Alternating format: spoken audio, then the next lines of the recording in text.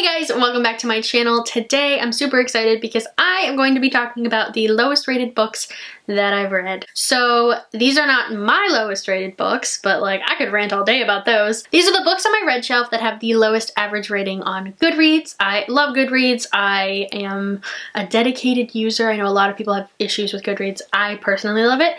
But yes, I've seen Emma from Drinking by My Shelf do this video and I just knew I had to. I have already done my highest rated and I had already kind of sneak peeked those, so those weren't really a surprise. This is a full surprise. I have no idea what's going to be on this list and I'm so excited for it. The first book, the lowest rated book that I have read on Goodreads is Pride and Prejudice and Mistletoe by Melissa De La Cruz. And this has an average rating of a 2.66. I read this back in November of 2018 and I gave it a 1 star. I really rarely give books 1 star, but I remember being angry about this book. I read this because I am obsessed and addicted to Hallmark Christmas movies. Back in Christmas of 2018, the queen of Christmas herself, Lacey Chabert, was in the movie adaptation of this book. And so I was like, I have to read that. And it was absolute shit. And the movie, like, the Hallmark Christmas movies are never good, but like it actually improved on it. They took away the gay character in the movie, which like pissed me off because I was like, why take him out? Like, okay. But it was just so poorly done, and just the plot line, I've honestly blocked out so much, but I remember the main girl being Darcy being so unlikable, and like I also don't remember it being anything like Pride and Prejudice, if I'm gonna be honest, other than the fact that she was like rich and came home and ran into like a guy that she was like a rival with in high school, which I think it was just like a cute name. No. I forgot about this book. Like, I think I just like store it away. Like, no, thank you. Yeah, no. The second book, I saw the next two and I'm like, oh god, they like pair together in my mind. The next book is The 100 Lies of Lizzie Lovett by Chelsea Sidoti. This has an average rating of a 3.17. I gave it 2 stars. I was so pumped for this book. I think I read this my junior year of college. I think I bought it at Target. And I think I was so excited to read it because I remember the synopsis being like, this girl, Lizzie Lovett, goes missing. And this other girl, I can't remember her name. I've since long ago unhauled this book. I do not own this book.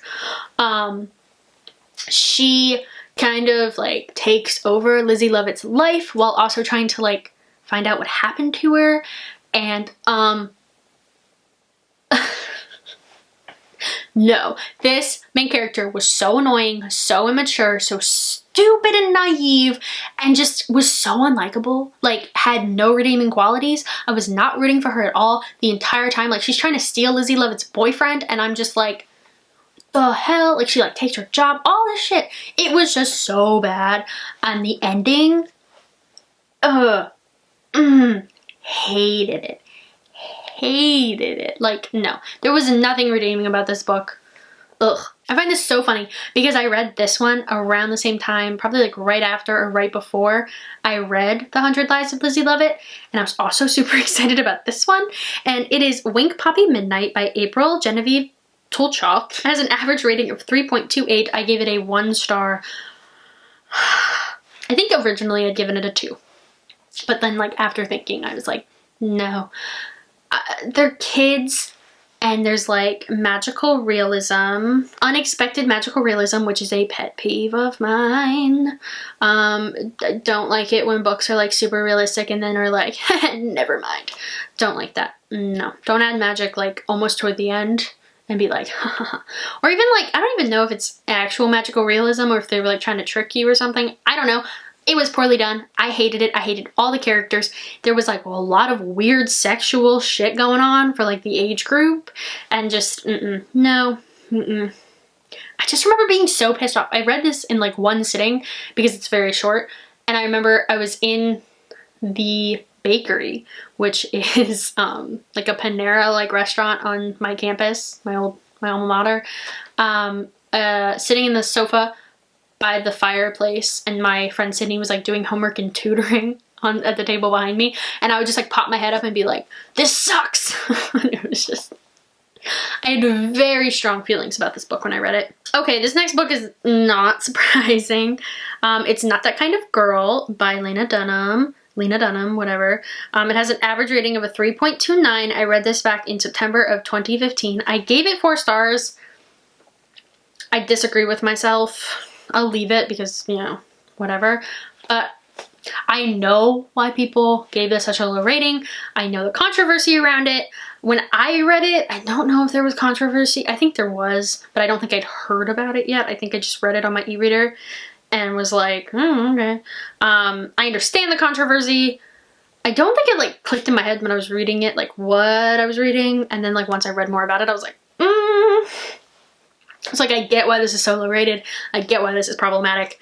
And I also understand why I shouldn't have given it 4 stars. Oh God. The next book is Before I Let Go by Marieke Nijkamp. I read this recently, back in February. Yep, February. It has an average rating of a 3.31. I gave it 2 stars. This book, I have ranted about it before. It wasn't good. It just was not good. I don't understand what it was trying to accomplish. Yet again, a weird magical realism. Out of the blue. And no, just no. Like, it was so weird. Like, this girl, she's from Alaska. She has since moved away. Her best friend still lives in this small Alaskan town. She's coming to visit her. The week before she's coming to visit her, her best friend apparently kills herself. She doesn't believe that's what happened. She goes up there and the townspeople are batshit crazy, and it's just not a good book. Like, it was just not good. Like, the entire time I was just like, what the fuck? No. So yeah, didn't enjoy it. Understand why it's on my lowest rated. Number 6 is Genuine Fraud by E. Lockhart. I read this back in April of 2018. It has an average rating of a 3.32, and I gave it a 4 star because I fucking enjoyed it. I don't know. I get why people didn't like it. Like, I understand it, but sometimes I like books people don't, and this is one of those books because I freaking loved We Were Liars. This was not a We Were Liars repeat. Like, I didn't love this quite as much, and it did take me a little bit to get into it. But once I did, I was like fully on board. I don't know what it was about it, but I think it's because with We Were Liars, there's like something going on there. So I was kind of expecting strange shit to be going on. And I mean, it wasn't quite as strange as We Were Liars, but it had some elements of like, this wouldn't happen. And that's fine. I'm okay with that sometimes. And this was one of those cases where I was like on board and okay with it. Next up is There's Someone Inside Your House by Stephanie Perkins. I read this back in October of 2018. It has an average rating of a 3.38, and I gave it a 3 star. This book starts off strong. I read the beginning of it and I was like, holy shit, what is going on? Oh my God, yes, sign me up. And then it just like went down and I was like, never mind. And then the end is like pure horror slasher film kind of stuff. And I get it. It's supposed to be like a slasher YA book. I just hate it because it's like, I feel like you invest a lot and the ending doesn't give you back what you wanted it to. Like, it's just, it's not anyone that you think it's going to be, and if it is, like, it's like this whole thing. They also find out who it is like way too early for it to be satisfying. It's just like a whole thing. Yeah, I didn't love that. This is weird. Next up is The Scarlet Letter by Nathaniel Hawthorne. It has a 3.4. I gave it a 3 star. I read it in high school. It's a classic. I guess I understand why people don't like it, but at the same time, I kind of don't understand why people don't like it. I don't know how my feelings on that. I feel like a 3.4 is kind of it's low for Goodreads for sure, but I also think it's like it's a good, like, yeah, that's what that should be rated. It's outdated as hell, obviously. But yeah, I don't know how I feel about it. I don't know how I feel about it having a 3.4. Okay. The ninth book is The Life and Death Twilight Edition by Stephanie Meyer. This has an average rating of 3.42. I gave it a 2-star and I read it back in November of 2018 for the first try of my I read the lowest books on my TBR, or the lowest rated books on my TBR. I agree that this is trash and awful and not good and just no, didn't need to happen. I talked about this in my lowest rated reads book video. It didn't need to exist. I'd rate it lower, honestly, it's awful. And the number 10 slot, this is funny. I just recently read this at the beginning of March. This is Platform 7 by Louise Doty. Yeah, Louise Doty. This has an average rating of a 3.41. I gave it a 2-star. I think most of these ratings got put on this book after Kayla put this in her Literally Dead book club. Like, I think most people read it for that. And yeah, nobody, as I can tell, nobody liked it, like, at all. Like, in the discussion, in the live discussion, in the book, in the Goodreads group, like, nobody enjoyed this book. It's not a thriller. It's literally classified as horror.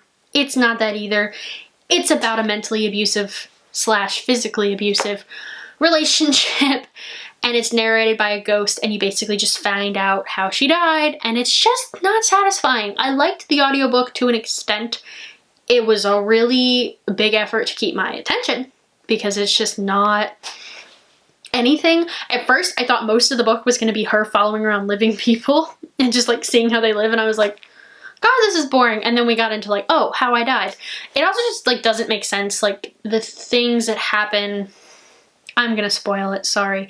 I'm not really, it's like not a spoiler, she's dead. Like, at one point, like, she can't leave the train station where she died, and it's like, cool, got it, there's a rule. And then she just one day randomly is allowed to leave the train station, and it's like, for no reason. And it's like, oh, okay. And then she like falls in love with this random guy she sees on the I don't get it. And then what else? Oh, she like can't remember how she died. And then all of a sudden she's like, oh wait, I remember. And then like tells you the whole story. No, it just didn't do it for me at all. At all. So basically, I agreed with all but one of these. The one being Genuine Fraud because I actually enjoyed it. Everything else deserves to be pretty low rated because it's not good. It's just not good. This was really fun. I love trashing things. Maybe that's just like my negative little bitchy attitude coming out, but these videos give me just so much pleasure making, watching. It's great.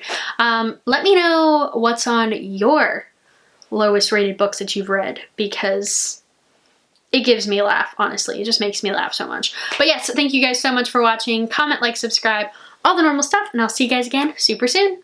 Bye.